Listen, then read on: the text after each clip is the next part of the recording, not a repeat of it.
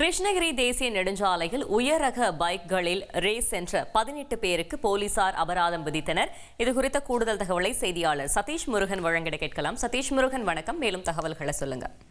வணக்கம். கிருஷ்ணகிரியில் தேசிய நெடுஞ்சாலையில உயர் ரக இருசக்கர வாகனத்தில் அடிக்கடி குழுவாக செல்வதாக மாவட்ட போலீசாருக்கு தகவல் கிடைத்தது. குறிப்பாக சென்னை போன்ற பெருநகரங்கள்ல இரவு நேரங்களில் பைக் சாகசங்களில் ஈடுபடும் இளைஞர்கள் மீது அவ்வப்போது அபராதமும் கைது நடவடிக்கையும் எடுத்து வரும் சூழல்ல இது போன்ற தேசிய நெடுஞ்சாலைகளில் பிற பயணிகள் மற்றும் வாகன ஓட்டிகளுக்கு அச்சுறுத்தல் ஏற்படுத்தும் வகையில் வாகனங்கள் யாராவது இயக்குகிறார்களா என கண்காணிக்க உத்தரவிடப்பட்டது.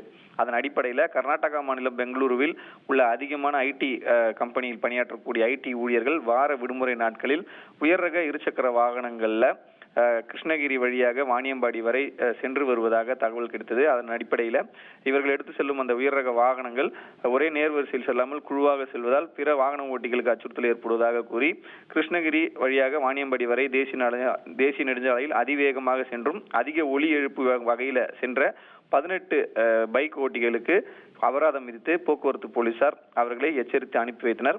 மேலும் பைக் சாகசங்களில் ஈடுபடாவிட்டாலும் கூட குழுவாக செல்வது பிற பயணிகளுக்கு மற்றும் வாகன ஓட்டிகளுக்கு அச்சுறுத்தல் ஏற்படுத்தும் வகையில் செல்வது என்பது மிகவும் கண்டிக்கத்தக்கது எனவும் அவர்களை எச்சரித்து அனுப்பி வைத்தனர்.